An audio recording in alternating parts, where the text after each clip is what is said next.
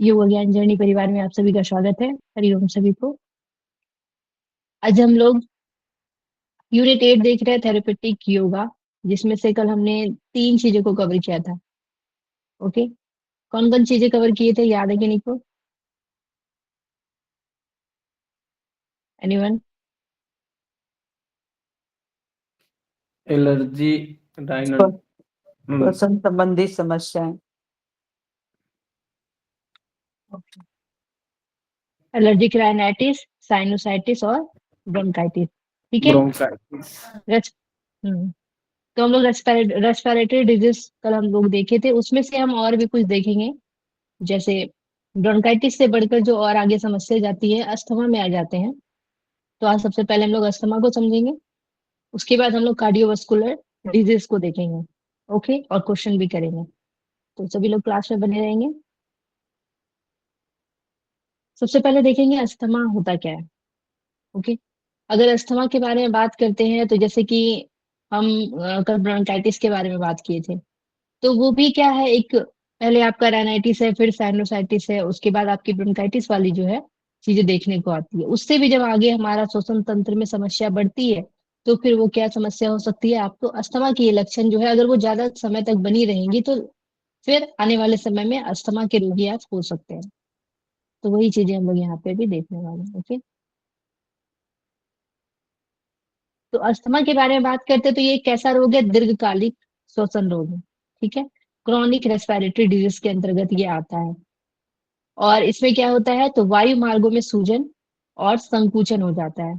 तो जो भी आपके रेस्पिरेटरी ट्रैक है, उसमें जो है अगर सूजन आ जाएगा, इन्फ्लामेशन आ जाएगा, या फिर उसमें कॉन्ट्रेक्शन हो जाएगा, संकुचन हो जाएगा, नैरोड हो जाएगा, तो जो है ये समस्या देखने को मिलता है, जिससे सांस लेने में क्या होती है, कठिनाइयां होती है। ओके, अगर यहाँ पे देखेंगे कि कैसे होता है, तो आपके वायु के मार्गों में सूजन हो जाता है। वायु मार्ग कैसा हो जाता है, लाल हो जाता है, संवेदनशील हो जाता है और सूजे हुए हो जाते हैं। ठीक है, सेंसिटिव हो जाता है, सोलेन हो जाता है और रेड हो जाता है।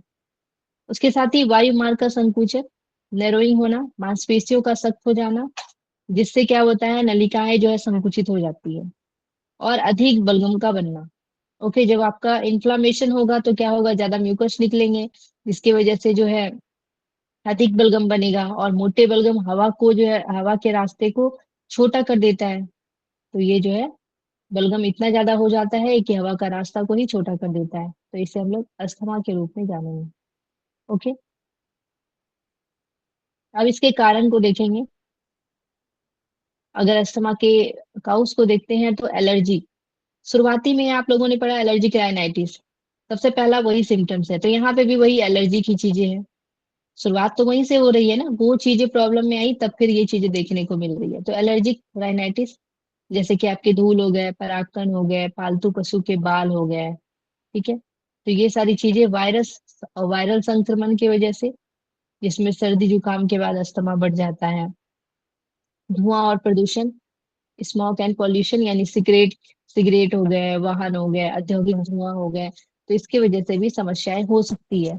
व्यायाम प्रेरित अस्थमा, तो यहाँ पे तेज जो है व्यायाम से सांस फूलना। तो अगर एक्सरसाइज जो है, एक्सरसाइज की वजह से बहुत ज्यादा अगर सांस किसी की फूल रही है, तेज व्यायाम अगर कर रहे हैं, तो उसकी वजह से भी ये देखने को मिलता है। ठीक है, तेज व्यायाम में सांस फूलना, तो ये जो है समस्याएं और बढ़ जाती है। मौसम परिवर्तन की वजह से ठंडी सूखी हवा से जो है समस्या बढ़ जाती है। तो जब ठंडा का मौसम रहता है और जब सूखी हवा चलती है, तो उस समय जो है अस्थमा का प्रॉब्लम और भी बढ़ जाता है। मानसिक तनाव, स्ट्रेस की वजह से तनाव से सांस तेज हो जाती है। तो यहाँ पे आपको स्ट्रेस ध्यान रखना है कि आपके तनाव की वजह से जो है सांसें तेज हो जाती है, जिससे अस्थमा ट्रिगर हो जाता है और अस्थमा बढ़ जाता है। ठीक है, जब टेंशन में रहता रहता है अस्थमा रोगी, तो और भी समस्याएं जो है अस्थमा वाले को देखने को मिलता है, और भी ज्यादा वो बढ़ावा देता है। ठीक है, ये ध्यान रखना है। लक्षण देखेंगे क्या क्या इसके सिम्टम्स हमें देखने को मिलता है, तो सांस फूलेगा, शॉर्टनेस ऑफ ब्रीथ होगा, सीटी जैसी आवाज आना, विजिंग साउंड निकलना, छाती में जकड़न महसूस होना, दबाव महसूस होना, टाइटनेस महसूस होना, लगातार खांसी, रात या फिर सुबह लक्षण जो है बढ़ जाना। तो रात को और सुबह को ये लक्षण जो है ज्यादा बढ़ा हुआ महसूस होता है। अब इसके टाइप्स को देखेंगे हम लोग, अस्थमा के प्रकार। एलर्जिक अस्थमा, एलर्जी से ये ट्रिगर होता है। ठीक है, जैसे ही आप पॉलन के वगैरह की वजह से प्रदूषण के संपर्क में आएंगे, तो एलर्जी की वजह से जो है ये तुरंत ट्रिगर हो जाता है, तुरंत बढ़ जाता है। ठीक है। नॉन एलर्जिक अस्थमा में गंध, धुआं, वायरस आदि से बढ़ता है। तो कोई एलर्जी वाली चीजें, जिससे जिस चीज से, सॉरी, यहाँ मुझे ये बताना था, जिस चीज से आपको एलर्जी है, बहुत सारे लोगों को बहुत सारी चीज हानि कर जाते हैं, जैसे कि परफ्यूम का गंध जो है उसे ठीक नहीं लगता, या फिर कुछ ऐसी चीजें छूने की वजह से उसे एलर्जी महसूस होती है, या फिर कुछ खाने से भी एलर्जी हो जाती है। तो जो भी उसके एलर्जी की चीजें हैं, अगर उसके संपर्क में आते हैं तो वो ट्रिगर कर जाता है। नॉन एलर्जिक में देखेंगे तो गंध की वजह से, धुआं, वायरस आदि अगर बढ़ता है तो उसकी वजह से भी समस्या देखने को मिलता है। व्यवसायिक अस्थमा यानी कि ऑक्यूपेशनल अस्थमा में ये फैक्ट्री, धूल, रसायन से जो है होने वाला है। तो इसके प्रकार में आ जाएंगे। व्यायाम जनित अस्थमा, दौड़ते भागते समय सांस का फूलना, उस समय आपका ये बढ़ जाता है। और चाइल्डहुड अस्थमा यानी बच्चों में जो है अस्थमा देखने को मिलता है, बचपन में जुकाम के साथ ये बढ़ता है। तो बच्चों में भी आजकल अस्थमा की समस्या जो है देखने को मिलती है। ओके। अब हम लोग कैसे इसे डायग्नोस करेंगे? आ, ये बड़ा रख लीजिए, हम लोग योग वाला देखेंगे।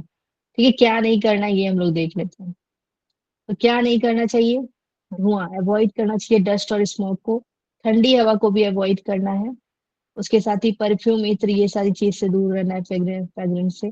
तनाव अवॉइड करना है, स्ट्रेस को। और दूषित भोजन। ठीक है, तो दूषित भोजन की वजह से भी हमें देखने को मिलता है। और अगर हम बात करते हैं नॉर्मली चीजों को, अगर देखते हैं कि किस वजह से अस्थमा बढ़ते हैं, आप बहुत सारे लोगों को देखे होंगे जो बचपन से कुंठित भावनाएं वाले लोग होते हैं, जैसे कि बहुत सारी चीजें जो उसको बचपन में ना मिली हो, या फिर उसको कमी रही हो, या फिर उसके अंदर कुछ ऐसी कुंठाएं बढ़ गई हो कि हमारे साथ ही ऐसा क्यों हो रहा है, वो किसी को बोल नहीं पाता है। इस तरीके से धीरे धीरे धीरे धीरे, एक तो खाना, खान पान तो रीजन रहता ही है, और साथ में जो है अगर ये सारी समस्या, मानसिक समस्याएं, हमेशा उसे डाइजेशन उसका सही नहीं रहता है, मानसिक रूप से हमेशा जो है स्ट्रेस में रहते हैं, तो उन लोगों में ये समस्या जो है ज्यादा देखने को मिलता है। और कुंठा मेन है इसमें, मतलब अंदर ही अंदर इतनी भावनाएं चल रहे हैं, किसी को वो बता नहीं सकता है, और इसके वजह से जो है ये समस्याएं और बढ़ जाती हैं, और धीरे धीरे जो है ये रूप ले लेता है अस्थमा का। ओके। तो ये आपका हो गया अस्थमा, जिसमें हम लोग देख लेते हैं इसमें क्या क्या हम लोग योग और प्राणायाम करेंगे। तो अनुलोम विलोम प्राणायाम में हम लोग करेंगे, जो कि आपके जो वॉल्यूम है, आपकी कैपेसिटी है, लंग कैपेसिटी, उसको बढ़ाता है। भस्त्रिका प्राणायाम, ये आपके ऑक्सीजन जो है इनटेक बढ़ाता है। कपालभाति श्वसन नलिका की सफाई करता है। और भ्रामरी प्राणायाम जो है तनाव को कम करता है। आसन में देखेंगे तो भुजंग आसन कर सकते हैं, त्रिकोण आसन, धनुरासन। तो ये सारी चीजें हम लोग कर सकते हैं। जीवन शैली कैसा रखेंगे? तो रोज गुनगुना पानी पीना है। तो अस्थमा वाले जो पेशेंट रहते हैं ना, वो तो 365 दिन गर्म पानी पीते हैं। छाती की भाप ले, घर साफ रखें, नियमित प्राणायाम करें, और संतुलित आहार लें। तो ये सारी चीजें जो है अस्थमा को देखने को मिलता है। ओके। अब इसमें अटैक आते हैं। अटैक कैसे होता है? तो जब वायु मार्ग अचानक बहुत अधिक संकुचित हो जाता है, और जब संकुचित हो जाएगा वायु मार्ग, तो क्या होगा? मुख्य लक्षण बहुत तेज जो है खांसी होता है, सांस ना आना, और सांस लेने के लिए हांफना, इस तरीके से होता है। इनहेलर दिया जाता है, अस्थमा के पेशेंट को इनहेलर दिया जाता है। और होठ जो है नीले पड़ना, बात न कर पाना। तो ये सारी समस्या जो देखने को मिलता है, अगर बहुत ज्यादा ये बढ़ा हुआ है, ये सारी लक्षण देखने को मिलता है, तो तुरंत उसे अस्पताल में एडमिट करना चाहिए, इनहेलर वगैरह का यूज करना चाहिए। ओके। क्लियर है सभी को? बताइए, क्लियर है सभी को?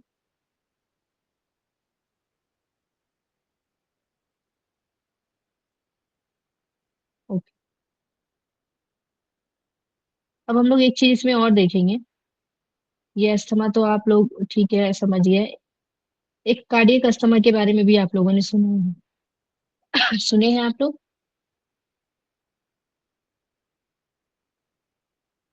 नहीं है। नहीं यस सुने? मैम। ओके। अच्छा, ओके।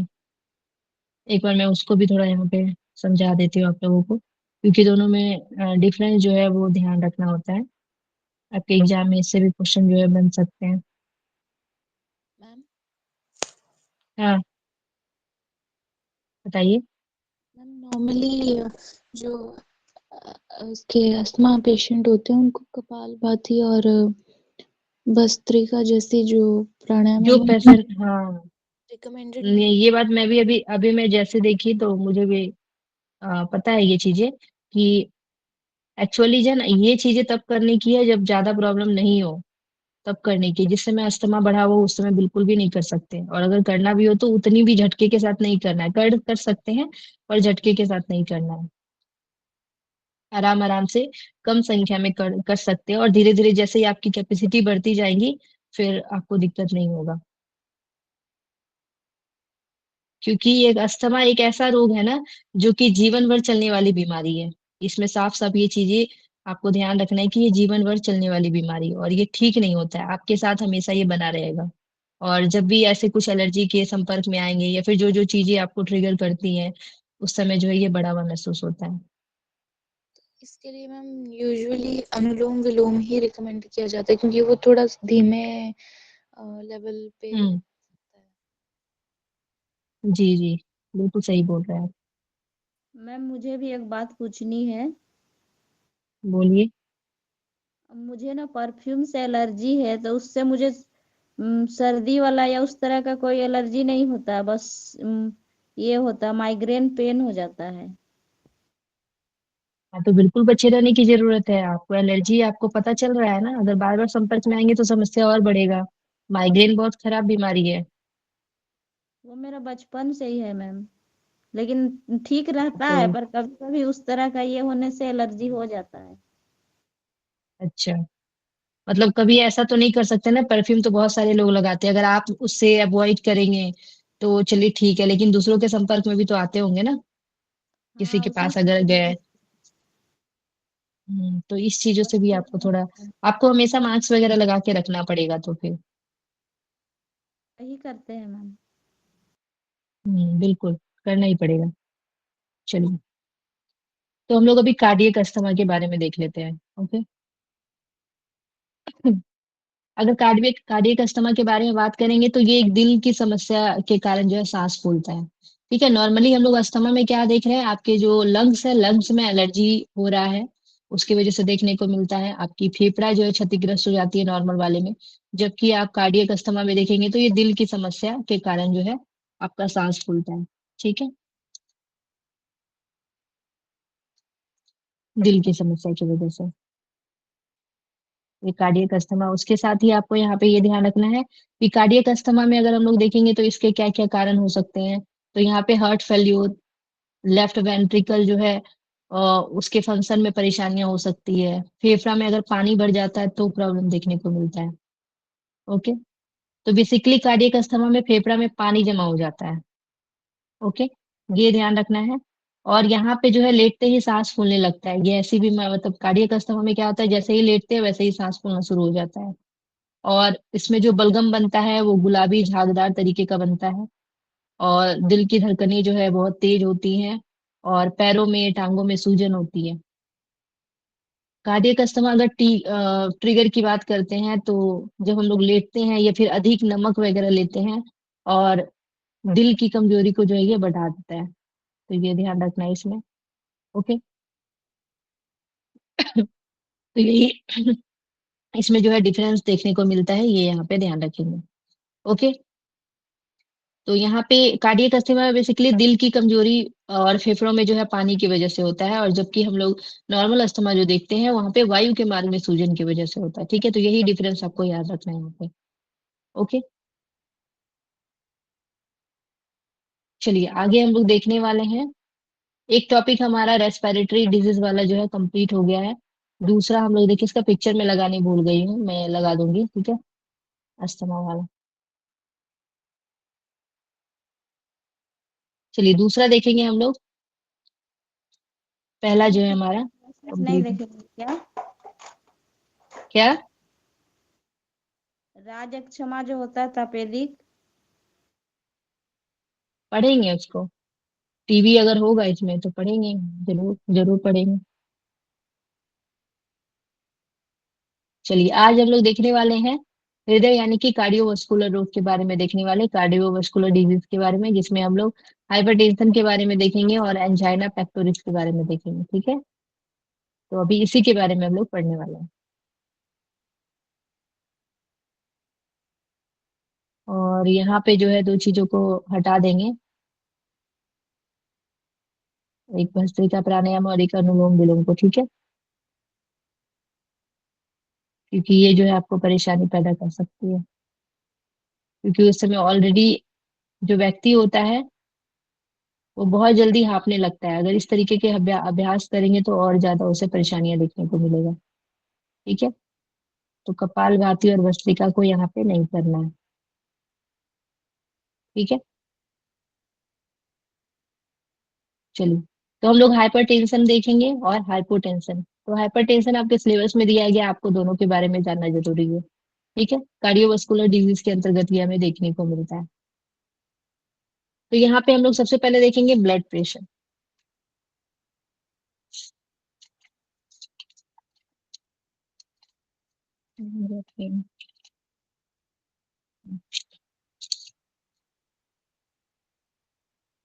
ब्लड प्रेशर, अगर ब्लड प्रेशर के बारे में बात करते हैं तो यहाँ पे जानते हैं, हमें पता है कि जब हमारा ब्लड प्रेशर बढ़ जाता है, रक्तचाप का वह दबाव है जिसमें बहता हुआ रक्त धमनी की दीवारों पर जो प्रेशर डालता है। ठीक है, यानी कि जो हमारी आर्टरीज है उसमें जो है उसके वॉल पे क्या होता है, प्रेशर पड़ता है, तो उसे हम लोग ब्लड प्रेशर के नाम से जानते हैं। सिस्टोल और डायस्टोल आप लोगों ने पढ़ा होगा। ठीक है, सिस्टोल और डायस्टोल, तो सिस्टोल में जब हमारा हार्ट जो है वो पंप करता है, और डायस्टोल में क्या करते हैं, जब यहाँ पे आपका हृदय क्या करता है, आराम करता है। ठीक है, तो सिस्टोल और डायस्टोल की क्रिया होती रहती है, जिसमें हम लोग नॉर्मल अगर बीपी की बात करते हैं, ब्लड प्रेशर के बारे में बात करते हैं, तो 120/80 होता है। लेकिन हम लोग यहाँ पे देख रहे हैं हाइपरटेंशन के बारे में, यानी कि हाइपरटेंशन में उससे ज्यादा आपकी हो जाती है, 120 से बढ़ के ज्यादा हो जाएंगी और 80 से भी बढ़ के ज्यादा हो जाएगा। ओके, तो यहाँ पे हाइपरटेंशन में आपकी जो रक्तचाप जो है लगातार सामान्य जो आपकी सीमा है उससे क्या हो जाता है, अधिक हो जाती है, जिसे हम लोग क्या बोलते हैं, हाइपरटेंशन बोलते हैं। ओके, तो नॉर्मली आपके 120 से 80 है, इससे ज्यादा अगर देखने को मिलेगा, ठीक है, अगर 180 देखने को मिलता है इस तरीके से, नीचे जो है आपका 90 देखने को मिलता है, अगर इस तरीके से आपका बढ़ा हुआ है तो फिर ये परेशानियां देखने को मिलती है। यहाँ पे आपको याद रखना है कि इसे हम लोग साइलेंट किलर के नाम से जानते हैं। ठीक है, मूक हत्यारा बोलते हैं, मूक हत्यारा बहुत ही इंपॉर्टेंट है। ठीक है, साइलेंट किलर बोलते हैं हम लोग इसे, ये याद रखना है। अब यहाँ पे देखेंगे कि WHO के अनुसार जो है क्या क्लासिफिकेशन किया गया, इस तरीके से आपके एग्जाम में क्वेश्चन पूछा जा सकता है। WHO के अनुसार अगर कैटेगरी देखते हैं, नॉर्मल जो हमारा होता है वो क्या होता है, आपके 120/80 होता है। ठीक है, नॉर्मल 120/80। ठीक है, और आपके जो है पूर्व उच्च रक्तचाप, यानी आपके हाइपरटेंशन से बढ़ने से पहले की अगर बात करते हैं तो ये 120 से 129 के बीच आपको देखने को मिलेगा, 129, ठीक है, और 80 के बीच आपको देखने को मिलेगा। तो ये आपके एलिवेटेड जो है प्री हाइपरटेंशन बोल सकते हैं। यहाँ पे स्टेज 1 में अगर आप रहेंगे तो आपकी जो है रक्तचाप सिस्टोल और डायस्टोल कितना हो गया है, तो 130 से 139, और यहाँ पे 80 से 89 के बीच। ठीक है, सिस्टोल आपके 130 से 139 और डायस्टोल आपके 80 से 89 के बीच। स्टेज 2 में अगर देखेंगे तो यहाँ पे आपके जो है ग्रेटर देन इक्वल टू 140, और इस साइड जो है आपके डिस्टोल में 90 देखने को मिलेगा। और हाइपर अगर देखेंगे, हाइपरटेंसिव क्राइसिस अगर देखेंगे तो इसमें आपके जो है 180 से 120 के बीच देखने को मिलेगा। ठीक है, तो ये कैटेगरी जो है आपको यहाँ पे ध्यान रखना है, तो इसे हम लोग हाइपर टेंशन की कैटेगरी में देखते हैं। ओके, आगे देखेंगे हम लोग। क्लियर है ये सभी को, इसको ध्यान रखना है। ओके, आगे देखेंगे हाइपरटेंशन के अगर प्रकार के बारे में देखेंगे, इसके टाइप्स, तो आपके इसेंशियल जो है और प्राइमरी हाइपरटेंशन, यानी कि प्राथमिक जो है उच्च रक्तचाप को देखेंगे, जिसमें किसी स्पष्ट कारण के बिना होता है, कोई भी आपको रीजन पता नहीं होता है, मतलब पता ही नहीं चलता कि आपको था भी कि नहीं या फिर कैसे हो गया, तो ये इसमें रीजन का पता नहीं चलता है इसमें। ओके, कोई स्पष्ट जो है कारण इसके नहीं पता चल पाते इसेंशियल में। जो सेकेंडरी आपके हाइपरटेंशन है, द्वितीय उच्च रक्तचाप, ये जो है किसी रोग या दवा के कारण होता है। तो कोई अगर आप रोगी है पहले से या फिर कुछ दवा का यूज करते हैं तो फिर ये देखने को मिलता है या फिर हो जाता है। जैसे कि किडनी डिजीज है, अगर आप किडनी डिजीज से ग्रसित है या फिर थायराइड डिसऑर्डर है या फिर प्रेगनेंसी है या फिर एडिनल जो है ट्यूमर, एडिनल में ट्यूमर है, तो फिर जो है सेकेंडरी जो है आपके हाइपरटेंशन वाली समस्या जो है देखने को मिलती है। ठीक है, ये चीजें आपको याद रखनी है, kidney disease, thyroid disorder, pregnancy and adrenal tumour. अब आपके हाइपरटेंशन के मुख्य कारण देखेंगे, काउज देखेंगे इसके। तो बदलने बदले जा सकने वाले कारण अगर देखेंगे, तो अगर अधिक नमक आप लेते हैं, ज्यादा नमक इनटेक करते हैं, अगर ओबेसिटी है, ओबेसिटी को हम लोग क्या बोलते हैं, मदर ऑफ ऑल डिजीज बोलते हैं। एक बार अगर मोटापा आ जाता है तो बहुत सारी बीमारियों के घर जो है हो सकता है, तो मदर ऑफ ऑल डिजीज बोलते हैं इसको हम लोग। तो मोटापा है या फिर स्ट्रेस से आप ग्रसित हैं या फिर धूम्रपान करते हैं, अल्कोहल लेते हैं, स्मोकिंग करते हैं, तो उसके वजह से भी आपको हाइपरटेंशन देखने को मिलता है।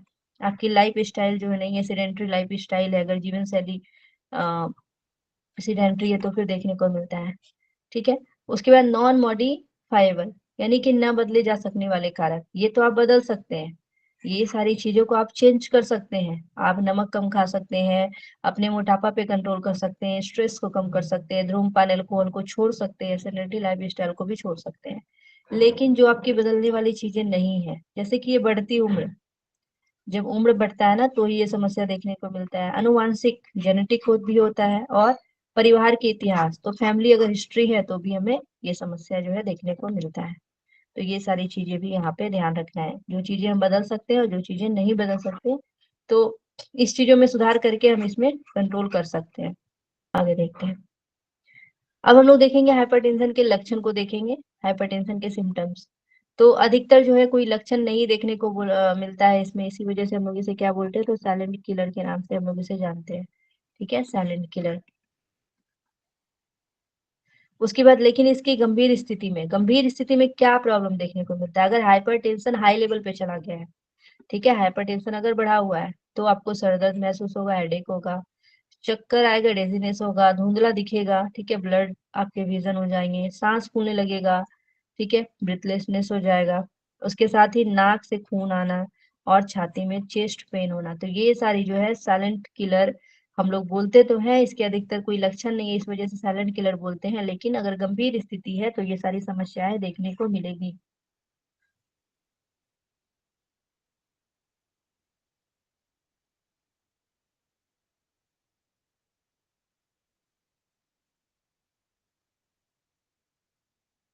ओके, अब हम लोग देखेंगे हाइपरटेंशन के क्या जो है दुष्परिणाम है, कॉम्प्लिकेशंस इसके क्या क्या है। तो आपके हार्ट से संबंधित क्या क्या समस्याएं हो सकती है, हार्ट अटैक आ सकता है, हार्ट फेल्योर हो सकता है। ठीक है, आपके लेफ्ट जो है वेंट्रिकुलर हाइपर थेरेपी वाली समस्या देखने को मिल सकती है। उसके साथ ही अगर ब्रेन से संबंधित समस्याएं देखेंगे हाइपरटेंशन की वजह से, तो यहाँ पे स्ट्रोक, ब्रेन में स्ट्रोक हो सकता है और ब्रेन हेमरेज हो सकता है। उसके साथ ही किडनी संबंधित समस्याएं क्या हो सकती है, तो किडनी फेल्योर हो सकता है। आंख से संबंधित कौन सी समस्या हो सकती है, तो रेटिनोपैथी हो सकता है, यानी अंधापन आ सकता है। तो ये जो है इससे जुड़ी समस्या है जो आपको आगे देखने को मिल सकता है, अगर ये सारी अगर आपको हाइपरटेंशन है तो। ओके, क्लियर है सभी को? कौन से कर मैं पानी पीते हूँ।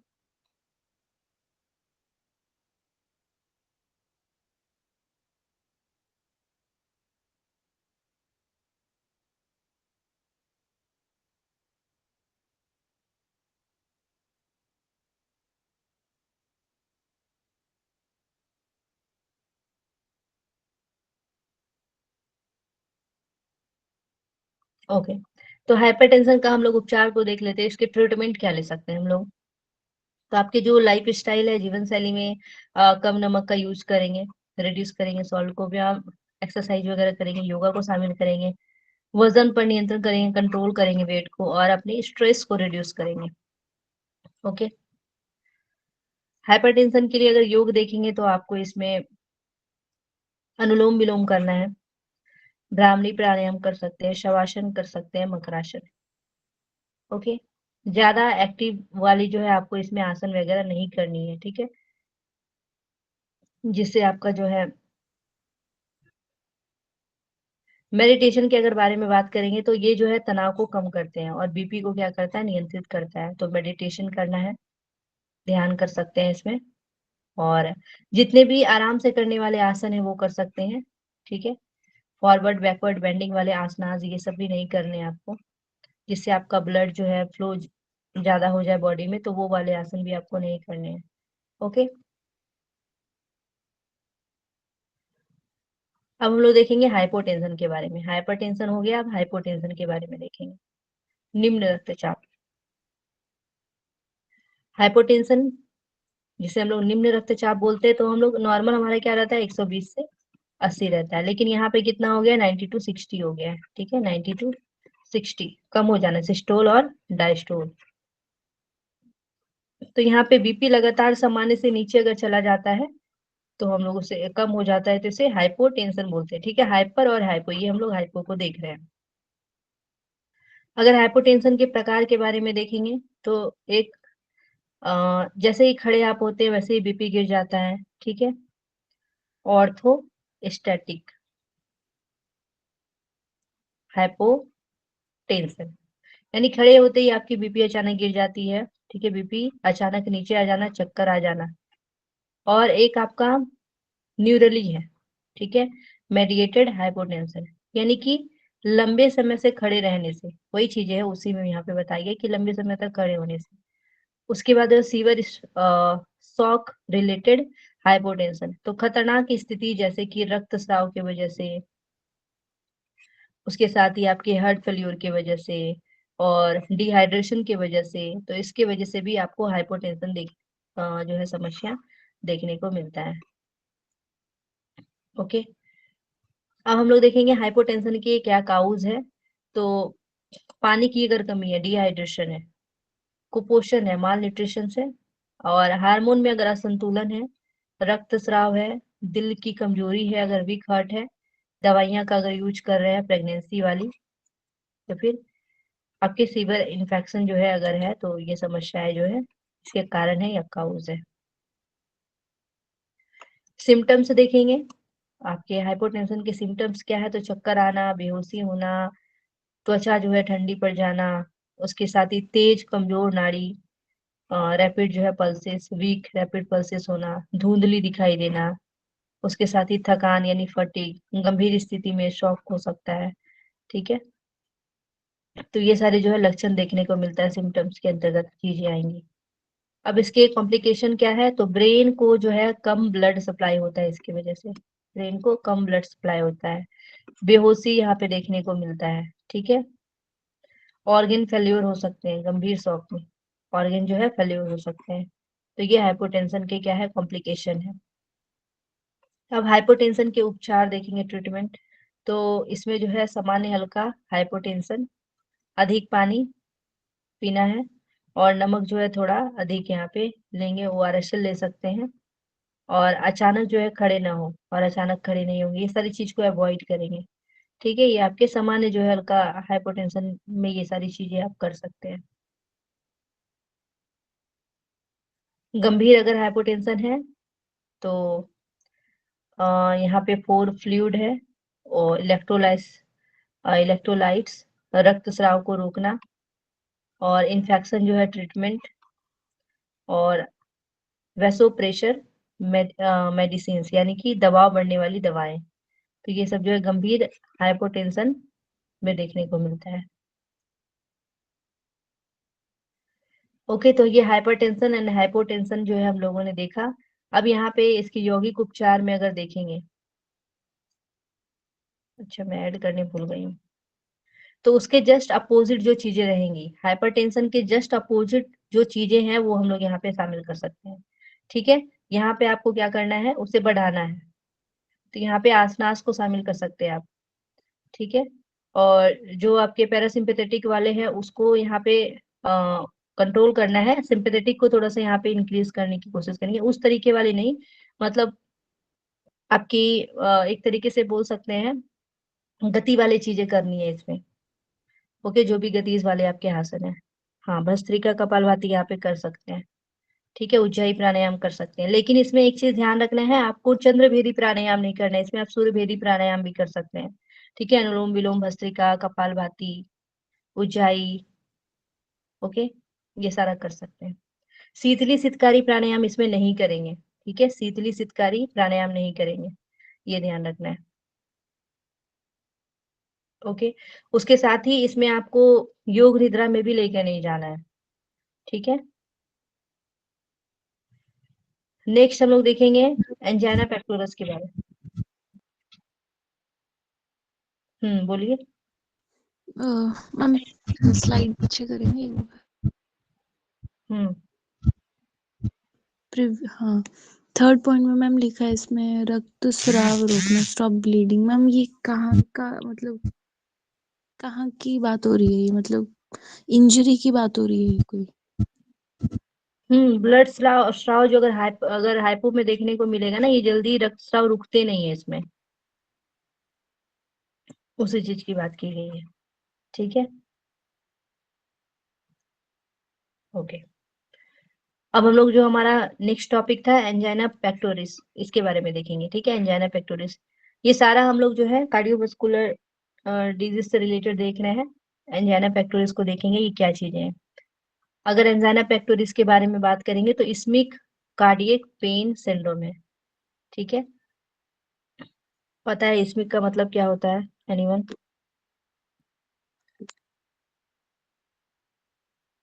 बताइए।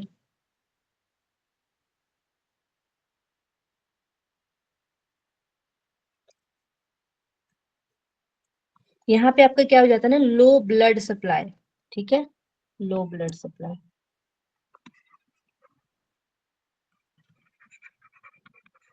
लो ब्लड सप्लाई यहाँ पे ध्यान रखेंगे, ओके।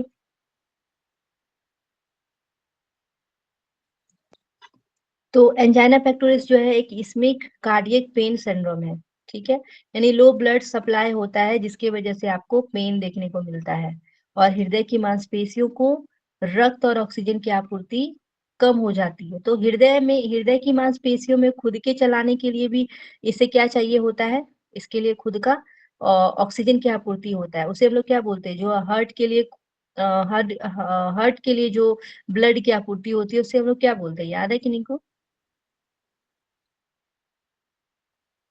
चलिए क्या बताइएगा आप बोले लोग। मैम? तो ऑक्सीजन पेस मैम मेकर। क्या बोले? नहीं, पेस मेकर वो नहीं बोल रही मैं, हमारे हार्ट को चलने के लिए भी खुद की उसकी ऑक्सीजन की आपूर्ति जो करता है उसे क्या बोलते हैं? Coronary artery. Yes, coronary arteries, बिल्कुल सही।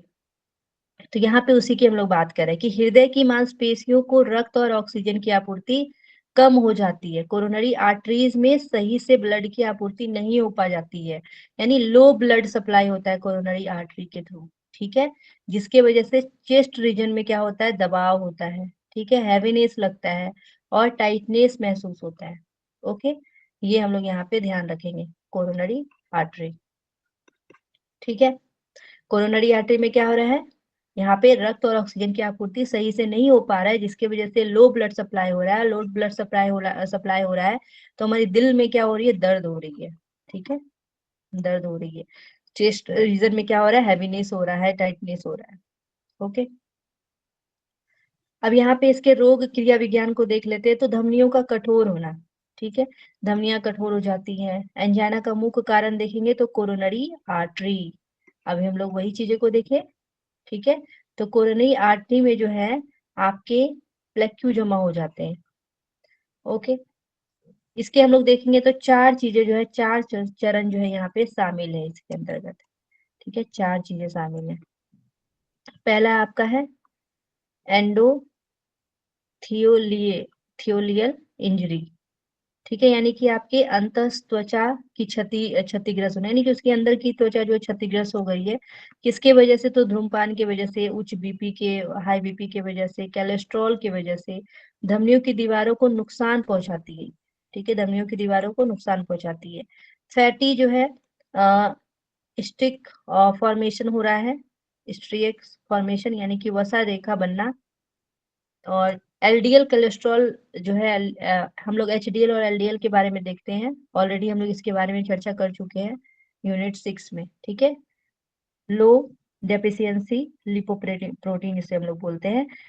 तो इसकी ये जो है एलडीएल कोलेस्ट्रॉल जो है यहाँ पे जमा हो जाता है। ठीक है, ये अगर इसके बारे में बात किया जाए तो इसको खराब कोलेस्ट्रॉल हम लोग बोलते हैं, एलडीएल को। ठीक है, एलडीएल को खराब कोलेस्ट्रॉल बोलते हैं। और ये क्या हो जाता है? ये जमा हो जाता है। उसके साथ ही फाइब्रस प्लांक का बनना, फाइबर प्लांक फॉर्मेशन, यानी धमनियों का जो है ल्यूमेन सकड़ा हो जाता है, तो नली जो है वो छोटा हो जाता है, नैरो हो जाता है। और रिड्यूस ब्लड फ्लो, रक्त प्रवाह जो है कम होते हैं, हृदय को कम ऑक्सीजन मिलता है। तो हृदय को जब कम ऑक्सीजन मिलेगा तो तब एंजाइना देखने को मिलता है। ठीक है, तो ये सारी चीजें यहाँ पे ध्यान रखना है कि धूम्रपान, बीपी, कोलेस्ट्रॉल की वजह से जो है धमनिया की दीवार क्या हो जाती है? वो नुकसान हो जाता है उसमें। और आपके जो एलडीएल कोलेस्ट्रॉल है वो जमा हो जाता है आपकी धमनियों में। और धमनियों का जो ल्यूमेन है वो क्या हो जाता है? नैरो हो जाता है, और ऑक्सीजन की आपूर्ति सही से नहीं हो पाती है आपकी कोरोनरी आर्टरीज में। ठीक है, ओके, ये चीजें ध्यान रखनी है। अब टाइप्स ऑफ हम लोग देखेंगे एंजाइना। अगर इसके जो है 3 लेवल्स को हम लोग यहाँ पे देखेंगे। ठीक है, तो एक स्टेबल होता है angina, stable, stable angina, unstable angina और वेरिएंट। ठीक है, तो स्टेबल एंजाइना में क्या होगा? ये स्टेबल रहता है। ठीक है, वॉकिंग स्ट्रेस ये सब चीज की वजह से देखने को मिलता है, रेस्ट से ये ठीक हो जाता है। स्टेबल जो होता है, स्थिर और अस्थिर हम लोग बोलते हैं। तो स्थिर एंजाइना जो रेस्ट करेंगे तो ये ठीक हो जाएगा। लेकिन अनस्टेबल एंजाइना जो है ये आपके रेस्ट पर भी होते हैं, रेस्ट करने पर भी ये होने को देखने को मिलता है। ठीक है, अचानक ट्रिगर कर जाता है कभी भी। तो ये प्री हार्ट अटैक कंडीशन को दर्शाता है, प्री हार्ट अटैक। ओके, तो ये यहाँ पे ध्यान रखना है। वेरिएंट में देखेंगे तो कोरोनरी आर्टरी स्पैम्स स्पैस्म करना, यानी कि सुबह सुबह सुबह के समय जो है अधिक होता है ये कोरोनरी आर्टरी, उस समय जो है सही से कार्य नहीं कर रही होती है। ओके, एंड फोर्थ यहाँ पे दिया गया है माइक्रोवेस्कुलर एंजाइना, यानी कि छोटी कोरोनरी आर्टरी की समस्या। ये चौथा जो है यहाँ पे इसके टाइप्स हैं। ठीक है, तो छोटी कोरोनरी आर्टरीज में जो समस्या होती है तो ये चौथा हो जाएगा आपका।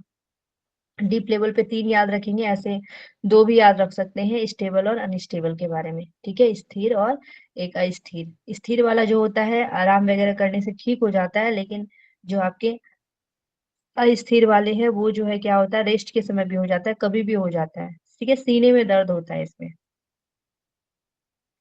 सिम्टम्स देखेंगे हम लोग यहाँ पे, क्या सिम्टम्स देखने को मिलता है? तो जब हृदय को ऑक्सीजन नहीं मिलती है तो एनारोबिक मेटाबॉलिज्म होता है। ठीक है, एनारोबिक श्वसन में क्या होता है बताइए? एनारोबिक श्वसन में क्या होता है? पता है किसी को? लैकनेस ऑफ ऑक्सीजन। ओके, तो यहाँ पे एनारोबिक मेटाबॉलिज्म होता है, जिसकी वजह से क्या होता है? लैक्टिक एसिड जमा हो जाता है। ठीक है, जब हम लोग बोलते हैं ना कि बहुत अधिक जब कार्य करते हैं तो हमारी बॉडी में लैक्टिक एसिड मिल जाता है।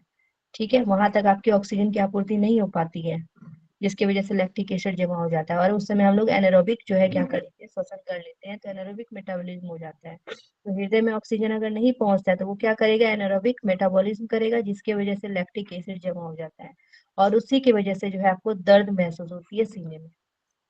ठीक है, उसके साथ ही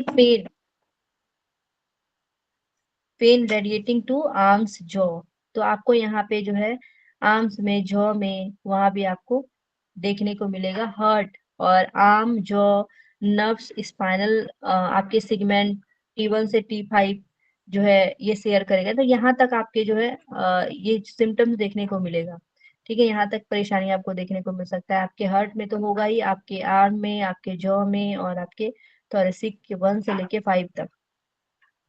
शॉर्टनेस ऑफ ब्रीथ होगा यहाँ पे आपका, हृदय जो है कम ऑक्सीजन पंप करेगा जिसकी वजह से आपके शॉर्टनेस ऑफ ब्रीथ हो जाएगा। और स्वेटिंग एंड एंजाइटी, तो सिंपैथेटिक नर्वस सिस्टम यहाँ पे एक्टिवेशन हो जाएगा। ठीक है, सिंपैथेटिक यहाँ पे हाई एक्टिव हो जाएगा जिसकी वजह से आपको हमेशा एंजाइटी और पसीना जो है ये देखने को मिलेगा। ठीक है, सिंपैथेटिक स्ट्रेस हार्मोन आपके ज्यादा एक्टिव हो जाएंगे। अब गहरे स्तर पे अगर हम लोग देखेंगे तो यहाँ पे जो धमनियां हैं वो प्रॉपरली जो है एक्सपेंड नहीं कर पाती है। ठीक है, जो धमनियां आर्टरी है वो सही से क्या कर नहीं कर पाती है, तो एक्सपेंड नहीं हो पाती है, फैल नहीं पाती है। और साथ में ऑक्सीडेटिव तनाव, ऑक्सीडेटिव तनाव की वजह से, यानी कि स्मोकिंग, आपके पॉल्यूशन की वजह से, अनहेल्दी डाइट की वजह से, ये सब की वजह से भी देखने को मिलता है। ठीक है, जिसकी वजह से रेडिकल जो है बढ़ जाते हैं।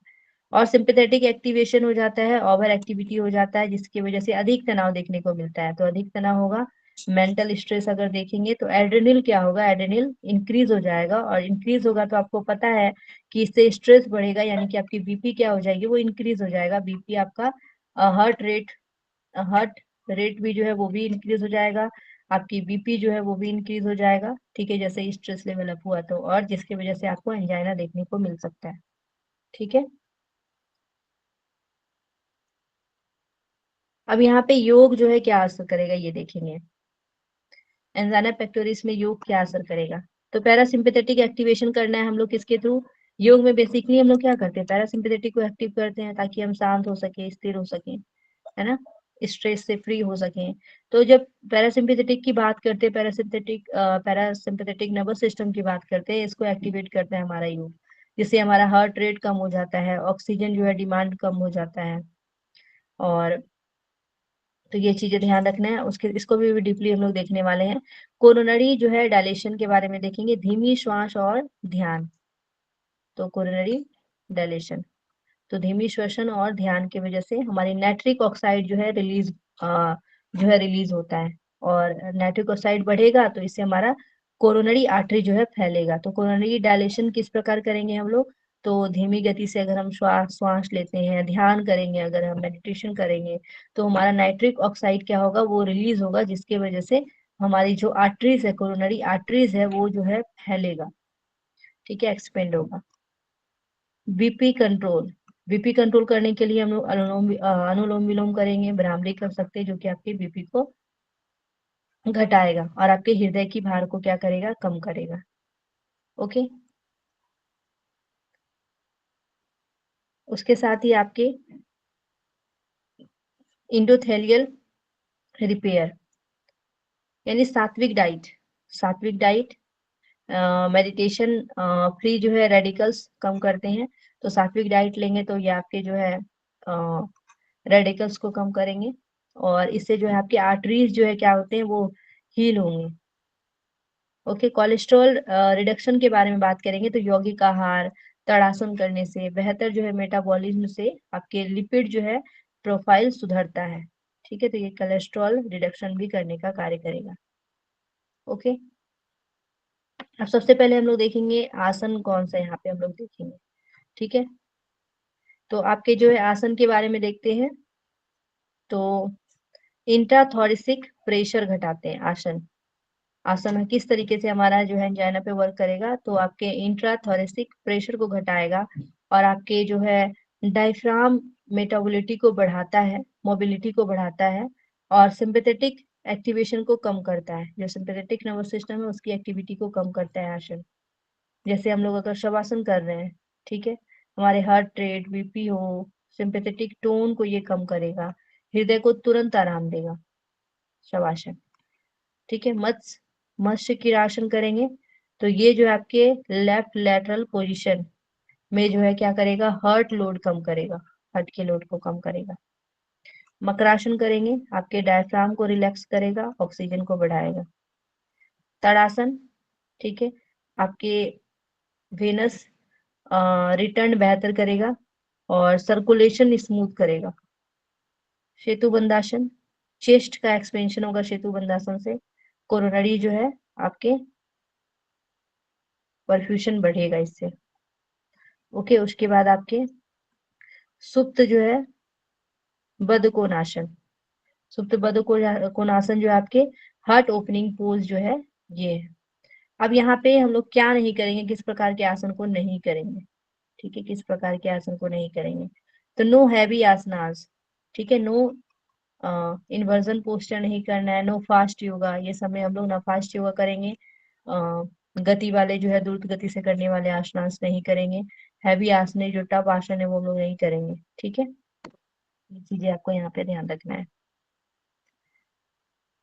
प्राणायाम में नाड़ी शोधन प्राणायाम करेंगे, ठीक है, नाड़ी शोधन प्राणायाम तो आपके बैरो रिफ्लेक्स सेंसिटिविटी को जो है बढ़ाता है और आपकी वेरिएबिलिटी को बढ़ाता है और स्ट्रेस हार्मोन को क्या करेगा, कार्टिसोल को घटाएगा नाड़ी शोधन प्राणायाम। भ्रामरी में ये आपके नाइट्रिक ऑक्साइड जो है सिंथेसिस को बढ़ाता है, नाइट्रिक ऑक्साइड सिंथेसिस को बढ़ाएगा जिससे बीपी क्या होगा, घटेगा। डीप एब्डोमिनल ब्रीदिंग जो हम लोग एपीएमबी में देखते हैं, वहां पे थोरेसिक एब्डोमिनल कैल्विकल ब्रीदिंग के बारे में हम लोग देखते हैं। तो एब्डोमिनल जब हम लोग एब्डोमिनल ब्रीदिंग करते हैं अपने उदर तक, अपने जो है पेट के लेवल तक जब हम लोग श्वसन लेते हैं तो ऑक्सीजन जो है यहाँ पे आपका क्या होता है, ऑक्सीजन जो फेफड़ों तक पूरी तरीके से सांस लेते हैं तो ऑक्सीजन जो है अच्छे से मिलता है, ठीक है, सेचुरेशन, ऑक्सीजन सेचुरेशन बढ़ जाता है और हार्ट जो है आपके वर्कलोड वो क्या होता है, कम हो जाता है और एंजाइटी जो है तुरंत कम हो जाता है। ओके, यहाँ पे क्या नहीं करेंगे, ठीक है, क्या नहीं करना है, तो कपालभाति, भस्त्रिका प्राणायाम ये सबको यहाँ पे नहीं करना है, ठीक है। ये सब क्या करेगा, इंक्रीज कर देगा आपके बीपी को, हार्ट रेट को, ठीक है, जैसे कि हम लोग इसके बारे में जैसे ही अस्थमा में भी देखे थे तो वहां पे भी आपके बीपी हार्ट रेट को इंक्रीज कर देगा, तो इसमें भी हम लोग नहीं करेंगे, ठीक है, इसमें भी नहीं करना है। मेडिटेशन में देखेंगे तो ये आपके रिड्यूस करता है सिंपैथेटिक जो है ड्राइव स्ट्रेस को, हार्मोन्स को, और एड्रिनल और नॉर एड्रेनलिन को कम करेगा ये स्ट्रेस हार्मोन को। उसके साथ ही इंक्रीज करेगा वेगल टोन, वेगस नर्व्स और आपके हेल्थ जो है रिदम स्टेबलाइज को करने का कार्य करेगा। उसके साथ ही आपके जो है इम्प्रूव करेगा आपके एंडोथीलियल फंक्शन को, एंडोथीलियल फंक्शन को क्या करेगा, तो इम्प्रूव करेगा। उसके बाद मेडिटेशन नाइट्रिक ऑक्साइड जो है क्या करता है, रिलीज करता है। जब हम मेडिटेशन करते हैं तो ये जो है नाइट्रिक ऑक्साइड को रिलीज करता है, उससे बढ़ता है। और मेडिटेशन में आप क्या क्या यहाँ पे कर सकते हैं, तो योग निद्रा कर सकते हैं, ओम सेंटिंग कर सकते हैं, ठीक है, ब्रीथ पर अवेयरनेस कर सकते हैं, ठीक है, हार्टफुलनेस मेडिटेशन कर सकते हैं। तो ये सारी चीजें है मेडिटेशन एंजाइना पेक्टोरस में कर सकते हैं। व्यवहार और मानसिक स्वास्थ्य में तो यहाँ पे के जो है एंजाइना का सबसे बड़ा कारण मानसिक तनाव जो है, स्ट्रेस हम लोग देखे थे, तो आपका यम और नियम जो है यहाँ पे काम करेगा, ठीक है, अहिंसा सत्य ब्रह्मचर्य परिग्रह। उसी प्रकार आपके नियम में भी देखने को मिलेगा सत्य, ठीक है, तो ये सारी चीजें जो यहाँ पे देखने को मिलेगा। लाइफ स्टाइल मॉडिफिकेशन देखेंगे, डीप जो है आपके एक्सप्लेनेशन देखेंगे इसमें। तो लाइफ स्टाइल में जो है आपके स्ट्रेस फ्री जो है रूटीन होना चाहिए, इस तरीके से आपकी रूटीन होना चाहिए कि वो क्या है, स्ट्रेस फ्री हो। और आपको योगा मेडिटेशन जो है ये कंबाइन जो है रिड्यूस कर सकता है 40 से 50% आपके एंजाइना पेक्टोरस को। 30 मिनट, आप 30 मिनट डेली जो है आप अपने वॉक को इम्प्रूव कर सकते हैं जिससे ऑक्सीजन लेवल जो है अच्छे से मिलेगा। उसके साथ ही प्रॉपर स्लीप लेना है, स्लीप साइकिल को सही करना है, डीप स्लीप रिडक्शन। और डीप स्लीप जो है आपके क्या करेगा, बीपी को जो है कम करेगा। उसके साथ ही अवॉइड स्टिमुलेट टी कॉफी ये सबको जो है यहाँ पे क्या करना है, कम करना है। एक्सेस और स्मोकिंग और अल्कोहल को ये सबको कम करना है। ओके, तो अपने जो है दूसरों से घृणा हो, एंगर हो, जेलस हो, ये सब जो है डायरेक्टली ट्रिगर करता है आपके चेस्ट पेन को, तो ये सब चीज को जो है दूर करना है, ठीक है।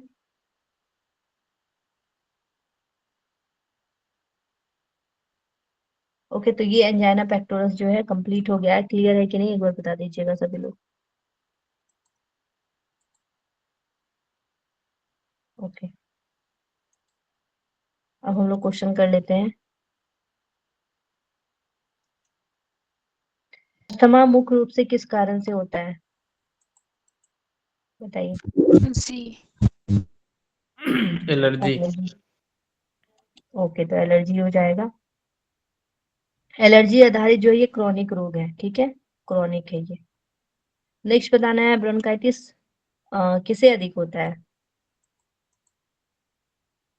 किससे अधिक होता है। ऑप्शन ए। नेक्स्ट क्वेश्चन रहेंगे आपके, क्या होगा ऑप्शन,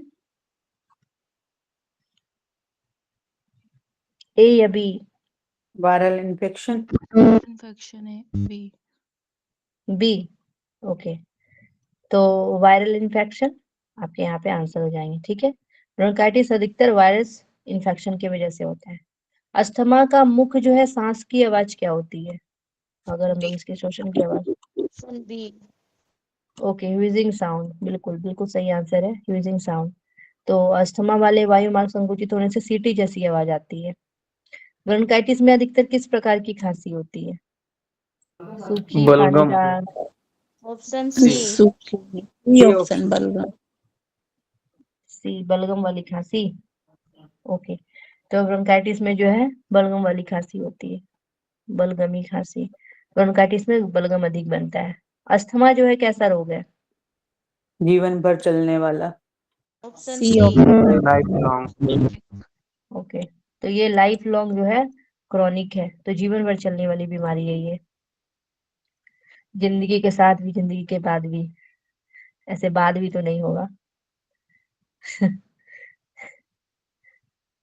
ये तो इंश्योरेंस का है ना, जीवन भर चलने वाली ये बीमारी है। आगे देखते हैं, तो ब्रोंकाइटिस ऑप्शन में बी। बलगम का रंग रंग कैसा होता ऑप्शन बी। बी है, बी, ऑप्शन। पीला और हरा। ठीक है, पीला और हरा कलर भी याद है आप लोगों को। संक्रमण होने से बलगम रंग बदल देता है, बदल सकता है। अस्थमा में के लिए जो है कौन सा उपकरण उपयोगी है, inhaler. Inhaler. B option inhaler. देखें इनहेलर आप लोग। जी सर। जी मैम। चलिए बहुत आगे यूज देखते किया हैं, मैम इनहेलर। क्या है बहुत इनहेलर और भाप नोजल ड्रॉप किया बहुत यूज जाता है की इसमें। इसके लिए। यूज किए, ओ अभी से यूज नहीं करना चाहिए। नहीं नहीं, मेरे को बहुत 17 मतलब बचपन से 17 साल तक हुआ है मेरे को ब्रोंकाइटिस का समस्या, धीरे धीरे ठीक हुआ। ओ अच्छा, हाँ हाँ, तब बहुत हो एलर्जी सकता है। हो जाता था धूल से, ठंड से। मैं तो अपने घर में ही देखती हूँ, इनहेलर मेरे पापा यूज करते हैं, तो ये अस्थमा के लिए। चलिए आगे देखते हैं, आगे देखते हैं, ब्रोंकाइटिस मुख्य रूप से किस जगह की सूजन है, option B. A option. A option, कौन बोल रहा है ब्रोंको। ये, ब्रोंकाई होगा ना, बी। ट्राई किया मैंने।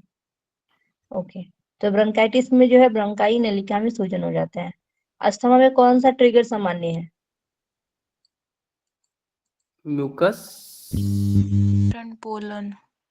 ए। डस्ट। ए हो सकता है ये। ए हो सकता है, dust and pollen. Dust and pollen. Okay, बहुत अच्छा। तो एलर्जन जो है अस्थमा का सबसे बड़ा कारण है, सिंपल से आपको लगाना है आंसर, यही आपके एलर्जन को बढ़ाएगा। ब्रोंकाइटिस आमतौर पर कितने समय में ठीक हो जाता है, आमतौर पे अगर देखते हैं तो बताइए। 3-4 महीने। 4 महीने, बी ऑप्शन। 10 से 20 दिन में, ठीक है, 10 से 20 ऑप्शन दिन में। सी। ओके, सी। अस्थमा का सबसे प्रमुख विशेषता क्या है, B option. Wheezing sound, option B. Wheezing sound. C भी हो ओके, सकता है। बी। साउंड, ओके, तो यहाँ पे आंसर आपका बी होगा, ठीक है।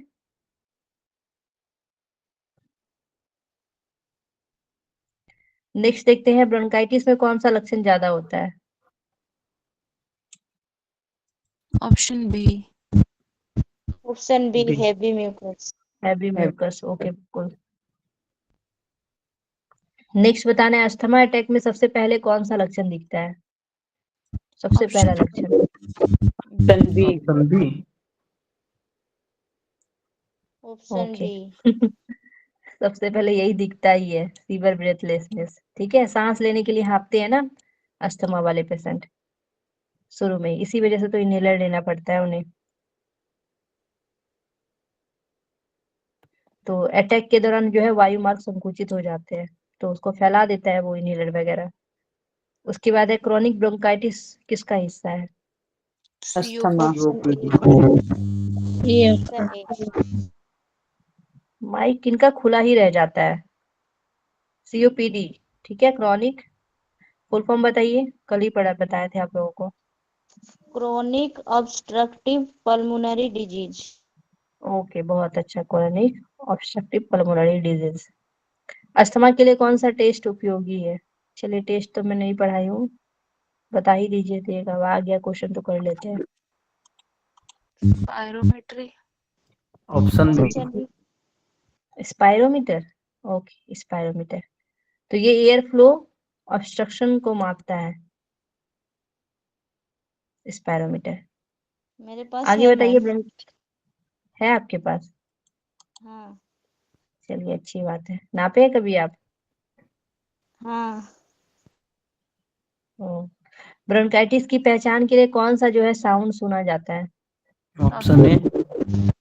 ऑप्शन ए। ए विस ओनली, नहीं क्रैकल्स। संक्रमण से नलिका में बलगम होने पर जो है क्रैकल्स मिलते हैं।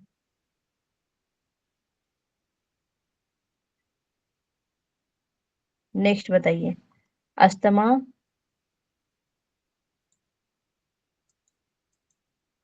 ये बताइए कि ये आपके रिवर्सिबल है या फिर इरिवर्सिबल है। Option B. ऑप्शन कुछ हद सी। तक सी पूरी तरीके से। तो ये कुछ हद तक तो आप कंट्रोल कर सकते हैं ना, ऐसे कैसे बोलेंगे कि कर ही नहीं सकते। जीवन भर चलने वाली बीमारी है, लेकिन ये आप देखिएगा कभी कभी इंसान इतना स्वस्थ नजर आता है, लगता है कोई प्रॉब्लम ही नहीं है, लेकिन जैसे ठंडा का मौसम आया, बहुत ज्यादा गर्मी का मौसम आया, तो सबका अलग अलग होता है एलर्जी, हाँ, उसके सीजन ऊपर के डिपेंड हिसाब से करता है। सिम्टम्स आने लग जाता है फिर से।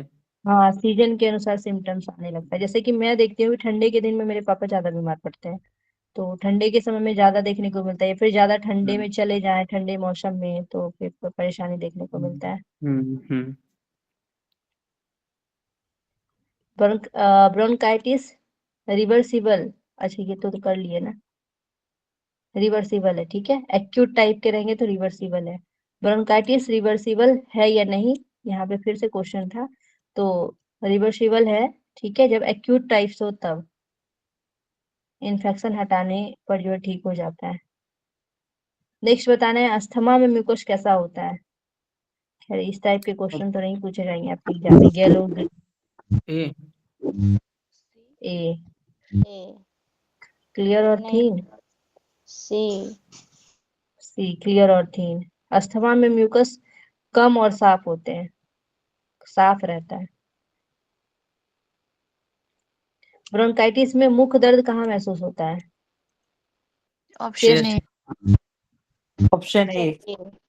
ऑप्शन ए चेस्ट में, ओके चलिए।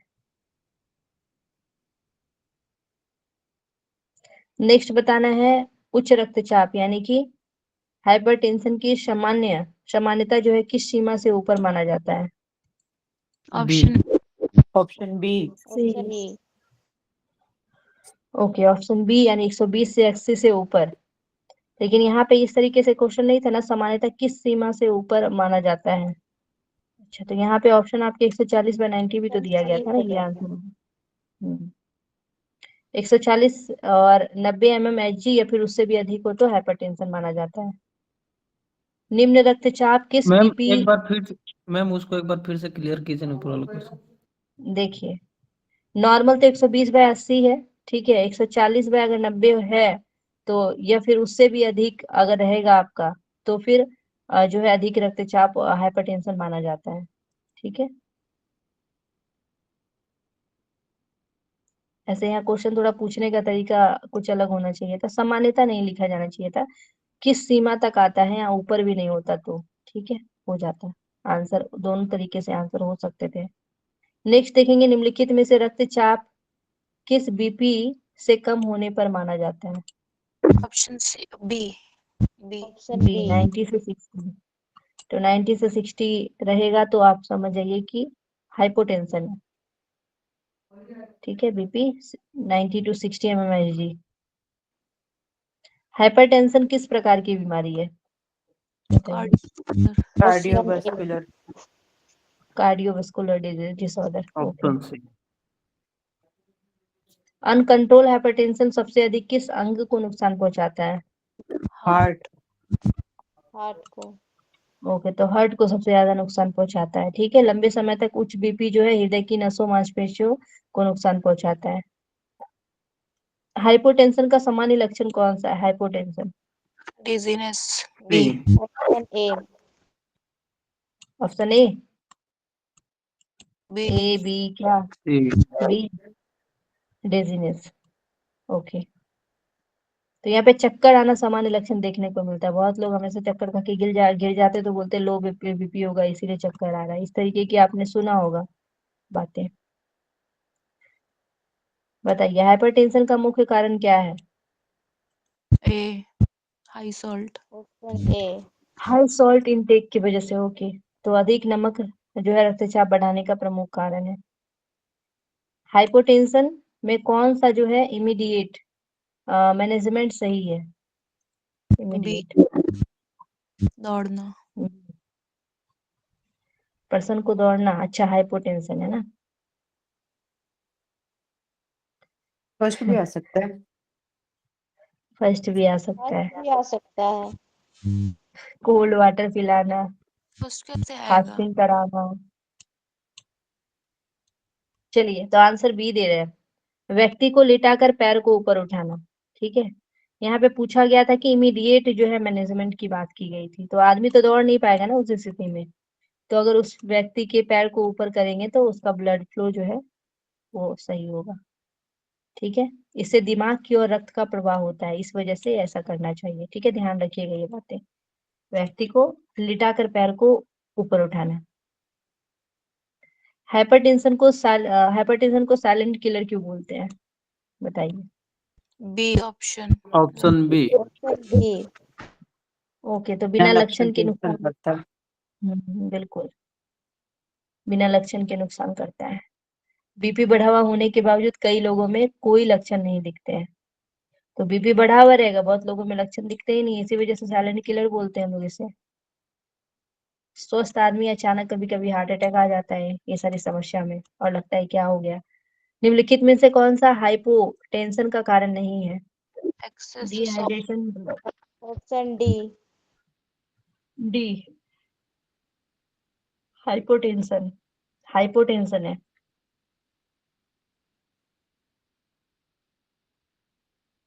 बताइए। डी। कारण नहीं है बोल रहा है ना मैम। क्या? कारण नहीं है बोल रहा तो डी होगा ना। अच्छा अच्छा, नहीं है पूछ रहा है, सॉरी मैं ही ध्यान नहीं दी। ओके, चलिए अच्छी बात है।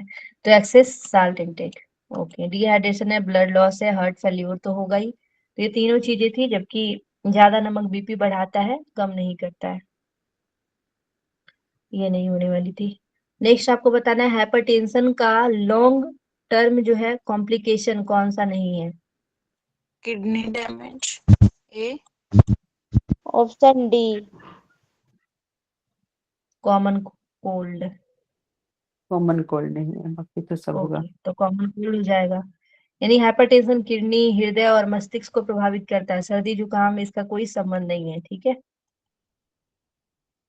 हाइपरटेंशन का सबसे सामान्य प्रारंभिक लक्षण बताना है। No symptom. No symptom. No symptoms. Option B. चलिए, ऑप्शन बी। अच्छी बात है कि ऑप्शन में था ये, तो नो सिम्टम्स, कोई सिम्टम्स नहीं पता होता, तभी तो साइलेंट किलर बोलते हैं। अधिकांश लोगों में हाइपरटेंशन बिना लक्षण के होते हैं। ठीक है। हाइपोटेंशन का मुख्य जोखिम क्या है? हाइपोटेंशन। Drop option A. हाँ? B painting. कम बीपी से मस्तिष्क में पर्याप्त रक्त नहीं मिलता है, जिससे बेहोशी होता है। ठीक है। फैंटिंग। ठीक है, फैंटिंग।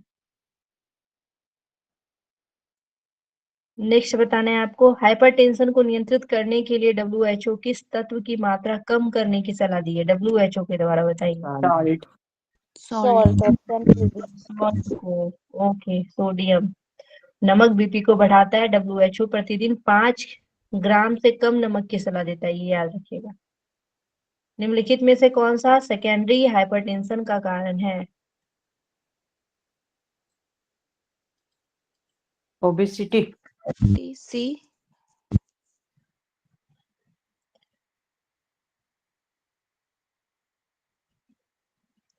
ओबेसिटी। सभी लोग ओबेसिटी बोल रहे हैं। Kidney disease. ठीक है, kidney disease. Kidney disease secondary hypertension का प्रमुख कारण है। हाइपोटेंशन में रक्तचाप क्यों गिरता है? बताइए, क्यों गिरता है? Option A. Option B.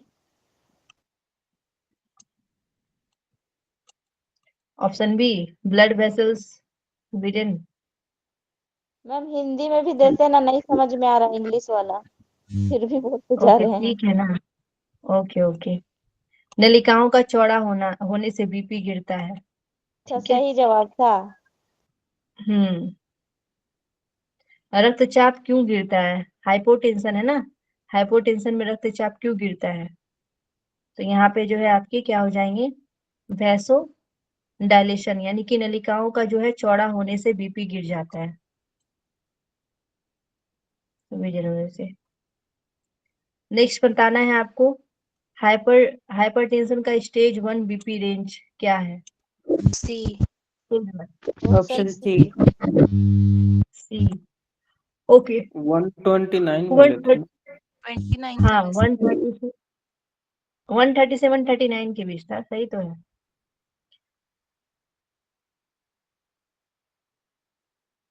ठीक है, स्टेज 1 हाइपरटेंशन इसको बोलते हैं। हाइपरटेंशन का एक आम कारण किस स्थिति में होता है? बताइए। Postural hypotension, A. Hypotension sorry, hypotension. Option A. Option ए आएगा मैम। स्टैंडिंग अप सडनली, अचानक हम लोग खड़े हो जाते हैं तो। ठीक है, ए नंबर आंसर होगा, यानी अचानक खड़े होने पर रक्त पैरों में जमा हो जाता है और बीपी गिर जाता है। हाइपरटेंशन किन दो प्रकारों में विभाजित है? प्राइमरी और सेकेंडरी सेकेंडरी। ए। या फिर प्राइमरी और सेकेंडरी। प्राइमरी में कोई स्पष्ट नहीं होता है, साइलेंट किलर बोलते। सेकेंडरी में किसी रोग के कारण होता है। ठीक है। हाइपोटेंशन में मस्तिष्क पर क्या प्रभाव पड़ता है? B. Increase nerve signals option B. B. Okay, तो रिड्यूस हो जाता है ब्लड सप्लाई। ठीक है। कम बीपी से दिमाग में जो है रक्त कम मिलता है। ठीक है। कंफ्यूजन, डेजीनेस, फैटिंग, फेंटिंग, ये सारी चीजें देखने को मिलता है। हाइपरटेंशन में दवाओं का मुख्य उद्देश्य क्या है? Option B, reduce BP. Option B. Okay, तो ये बीपी को रिड्यूस करेगा। हाइपरटेंशन में सबसे अधिक प्रभावी अंग? B. Heart B. B, heart. सबसे ज्यादा हमारा हार्ट प्रभावित होता है। उच्च रक्तचाप लंबे समय तक हृदय की मांसपेशियों और रक्त प्रवाह को नुकसान पहुंचाता है। हाइपोटेंशन सबसे अधिक उत्पन्न हो सकता है, हाइपोटेंशन ए। ए। बी। डिहाइड्रेशन, ठीक है, डिहाइड्रेशन। निर्जलीकरण से रक्त मात्रा कम होती है और बीपी गिर जाता है। हाइपरटेंशन की रोकथाम के लिए कौन सा उपाय जो है ऑप्शन उपयोगी है? Option B. All above, lol. D. All of above. कौन होगा? ओके, तो long diet, regular exercise, weight control, सभी होगा। तो नमक कम करना, व्यायाम और वजन नियंत्रित, ये सभी जो है हाइपरटेंशन को रोकने में मदद करेगा। हाइपोटेंशन में रोगी को क्या सावधानी बरतनी चाहिए? Option A. ओके, तो सडन जो है सिटिंग फ्रॉम सिट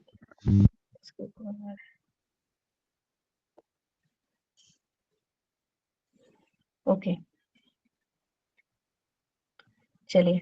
अचानक खड़े होने पर बीपी और गिर सकता है और चक्कर आ सकते हैं। नेक्स्ट आपको बताना है हाइपरटेंशन में कौन सा प्राणायाम लाभदायक है। भ्रामरी। बताइए, लाभ। भ्रामरी।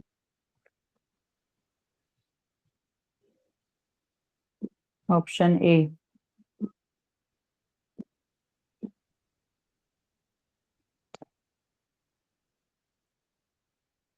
One second.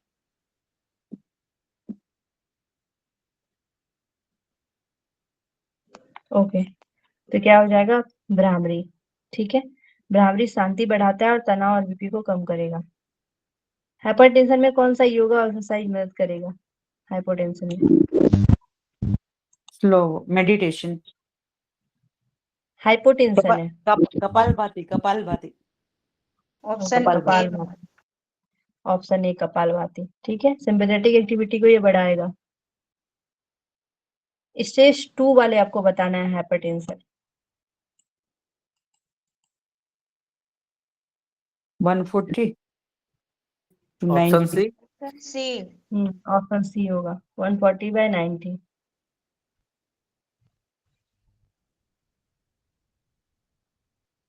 हाइपोटेंशन में बेहोशी क्यों हो सकती है? Option A. Option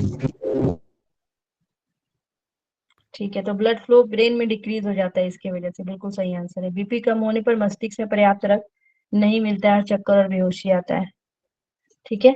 secondary hypertension का मुख्य कारण क्या है? अच्छा, ये हो चुका है ना, रिपीटेड है, किडनी डिजीज की वजह से।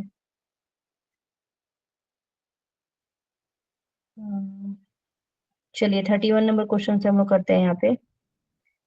एक 55 वर्षीय पुरुष को अचानक चक्कर और कमजोरी की शिकायत है, ठीक है। उसका बीपी 85 से 55 के बीच है, mmHg। तो मरीज को लगता है कि उसे लंबे समय से जो है पर्याप्त पानी नहीं मिल रहा है। यह स्थिति सबसे अ, इसे बताना है, इस स्थिति में सबसे जो है प्रभावी, सबसे संभावी निदान क्या है? Option B ma'am, hypotension. Hypotension. क्या है, हाइपोटेंशन या हाइपरटेंशन है? हाइपोटेंशन। हाइपोटेंशन। हाइपो होगा, ठीक है। इसी को देख के समझ में आ गया 85 से 55। चलिए नेक्स्ट बताना है आपको। हाइपर जो टेंशन है उसे साइलेंट किलर बोलते हैं, और हाइपर टेंशन बिना लक्षण के धीरे धीरे अंगों को नुकसान पहुंचाता है। क्या ये दोनों बातें सही है, गलत है, क्या है, दोनों बताइए। दोनों सही है, सही है। और व्याख्या भी ओके, सही है। ओके, तो दोनों सही है और व्याख्या भी सही है, बिल्कुल। ए और आर दोनों सही है और आर एक की सही व्याख्या करता है। चलिए नेक्स्ट बताना है। हाइपोटेंशन में पेशेंट को अचानक खड़े नहीं होना चाहिए, और सडन जो है स्टैंडिंग में बीपी और गिर सकता है और चक्कर आ सकती है, आ बोथ सकते ट्रू। हैं। दोनों दोनों सही है। ऑप्शन ए। दोनों ए। सही है, ए और आर दोनों सही है और आर एक की सही व्याख्या करता है। ओके, दोनों सही है। मैच करना है आपको यहाँ पे, थोड़ा छोटा कर देती हूँ। बताइए, आंसर बताना है आपको। 1 का सी। ऑप्शन सी है, नहीं option B. Option B hypertension, hypotension. Okay, अच्छा, इसे समझिए आप, ठीक है। ऑप्शन बी सभी लोग, ए आंसर है 1 का बी।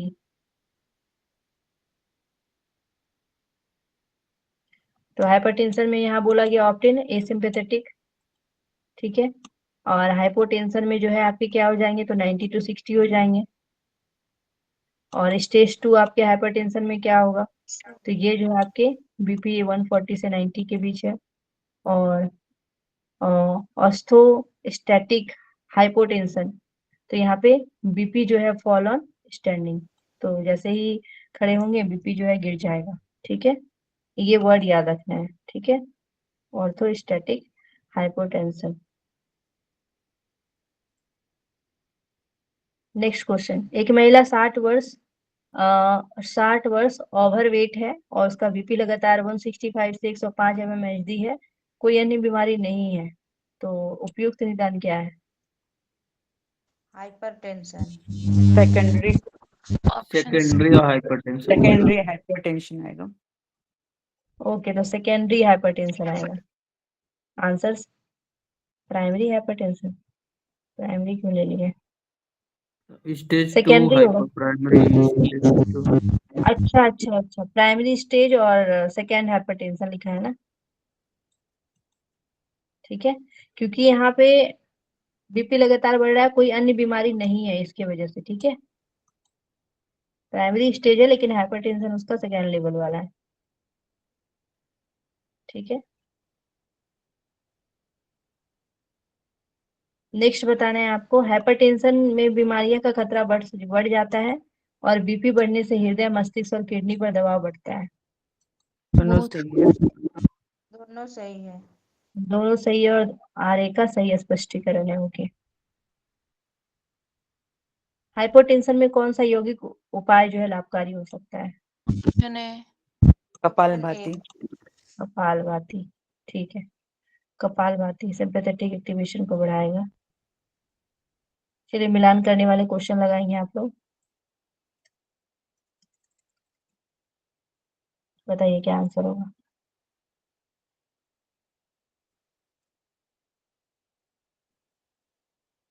C option. सी क्या होगा ऑप्शन आंसर? आएगा। C option. Option C, C. Option सी।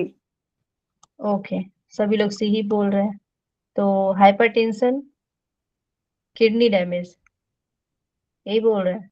हाइपोटेंशन तो dizziness on standing, chronic hypertension तो हार्ट अटैक और स्ट्रोक, ठीक है। ऑर्थोस्टैटिक हाइपरटेंशन तो ऑर्गन हाइपो परफ्यूजन, सी बोल रहे हैं ना, आंसर ए आ रहा है, देखते हैं नीचे,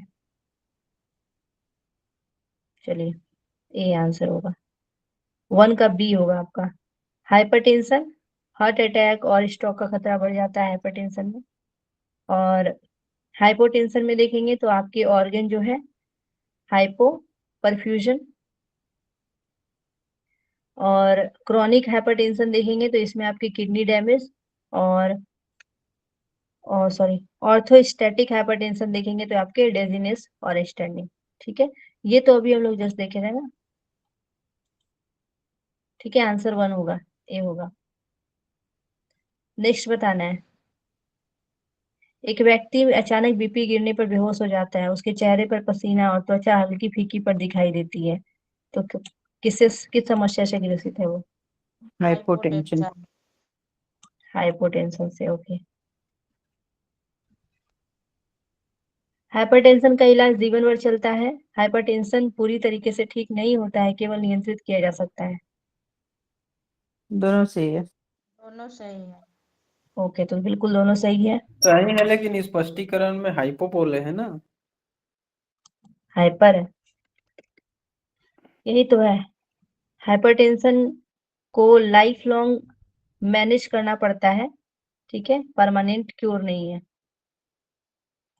जैसे अस्थमा को करते हैं।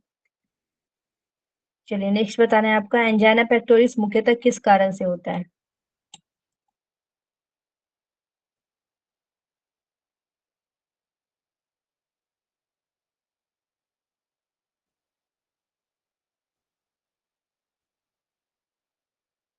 आवाज नहीं आ रहा है? आ रहा है मैम। तो आ रही है लेकिन मैम कंफ्यूज है अब इसमें क्या आंसर आएगा। ऑप्शन भी अजीब अजीब है ना, अभी जस्ट पढ़ा हुआ ही हो ऑप्शन, इसलिए और भी कंफ्यूज कर रहा है। जब नहीं समझ में आ रहा है, आपको पता है, आप ये पढ़े नहीं है, एनीमिया, अस्थमा नहीं होगा, लो बीपी नहीं होगा, तो इसको लगा दीजिए। ठीक है, वही चल रहा था दिमाग में। एथेरोस्क्लेरोसिस। ठीक है, धमनिया में प्लांक जमने से रक्त जो है प्रवाह कम होता है, जिससे एंजाइना होता है। तो इसे हम लोग किस नाम से जानते हैं? एथेरोस्क्लेरोसिस। नेक्स्ट बताना है, आपके स्टेबल एंजाइना कब होता है? स्टेबल, स्थिर एंजाइना, रेस्ट पर, स्लीप के दौरान। स्लीप के दौरान। क्या होगा? रेस्ट स्लीप, पर। रेस्ट। ओके, सी आंसर है। ठीक है, आप लोग आंसर चेंज क्यों कर लिए, हम बता दिए तो। ठीक है, तो शारीरिक कार्य से जो है हृदय की ऑक्सीजन डिमांड यहाँ पे बढ़ जाती है। ओके, इसी वजह से। नेक्स्ट हम लोग देखेंगे, अनस्टेबल एंजाइना का सबसे बड़ा खतरा क्या है? Option B. B, heart attack. Okay, answer दिख गया था, तो हार्ट अटैक हो जाएगा। नेक्स्ट बताना है, एंजाइना का दर्द किस कारण फैलता है? बताइए। नर्व से शेयरिंग की वजह से, इन्फेक्शन की वजह से, म्यूकस टीयर की वजह से, सॉरी मसल टीयर की वजह से, फिर लो शुगर की वजह से। चलिए, तो यहाँ पे आपके नर्व जो है शेयरिंग की वजह से, हार्ट और आर्म, जॉ, आपके जो नर्व स्पाइन सिगमेंट साझा करते हैं, इसकी वजह से।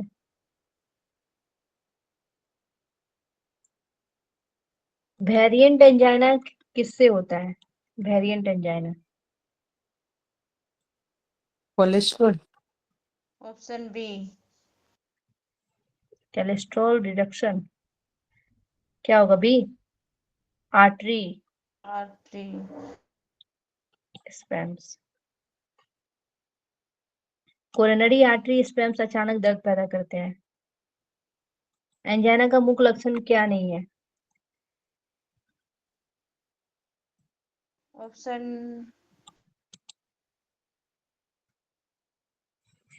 क्या नहीं है? Leg option swelling. सी।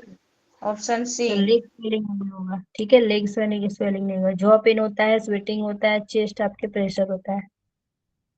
ठीक है, लेग स्वेलिंग नहीं होता है। एंजाइना में कौन सा जो है प्राणायाम सबसे, हाँ बताइए, नाड़ी शोधन। सबसे अधिक लाभकारी है? Option C. नाड़ी शोधन। ठीक है, नाड़ी शोधन प्राणायाम। ओके, तो हार्ट रेट, बीपी और स्ट्रेस को ये घटाता है।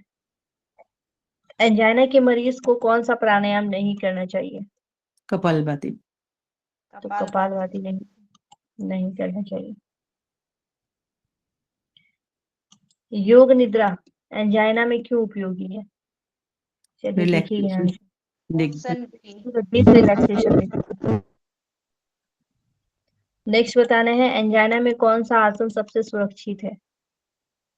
शवासन। शवासन सही। आंसर तो दिख रहे हैं शवासन। मैम। हाँ, भूल से वो दिख जा रहे हैं। ठीक है, हृदय का कोई नहीं, समय भी हो गया तो थोड़ा जल्दी हो जाए तो अच्छा है। चलिए, आप लोग जल्दी से बता दिया कीजिए आंसर दिखने से पहले, नाइट्रिक अभी वाले को ऑक्साइड। जल्दी। Nitric oxide. अब तो सब करेक्ट पड़ेंगे हम लोग के आंसर। पूरा दिख रहा है कोरोनरी आर्टरीज को फैलाने में जो है कौन मदद करता है? तो नाइट्रिक ऑक्साइड। चलिए बताइए, 12 नंबर क्वेश्चन। अरे भाई सॉरी, भूल से दिखा रही है।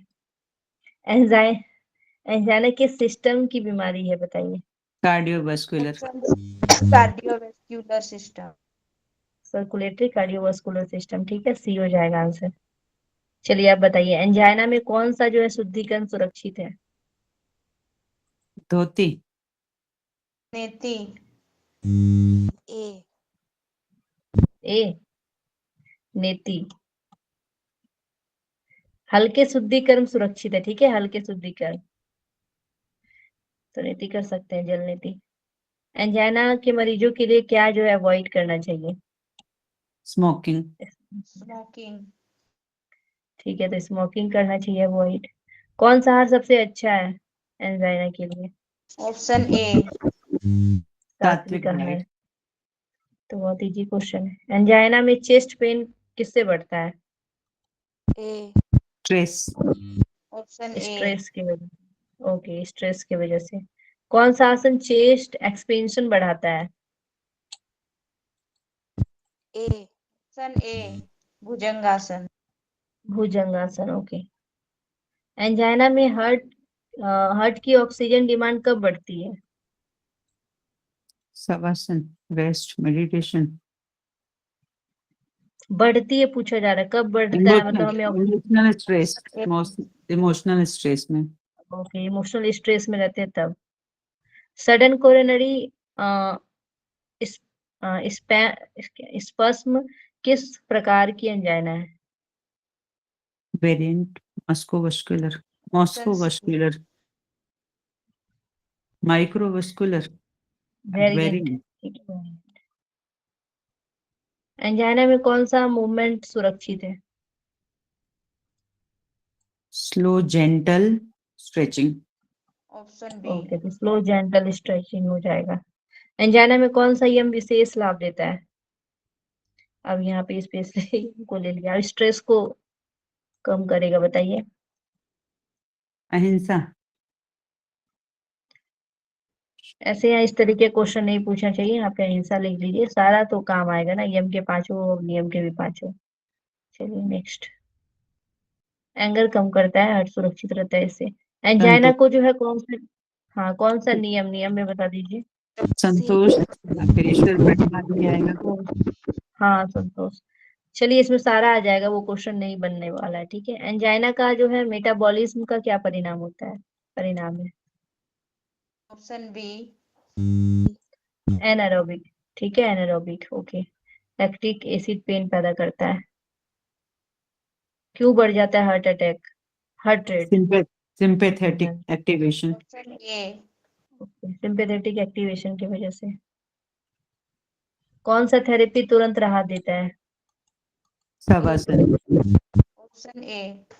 शवासन नहीं, उसे ड्राइविंग करवा दीजिएगा। ठीक है, आंसर होगा शवासन, ठीक है। चलो गाड़ी चलाने सिखाते हैं, एंजाइना दूर हो जाएगा। एंजाइना का रूट काउज क्या है, बताइए। कोरोनरी। Option A.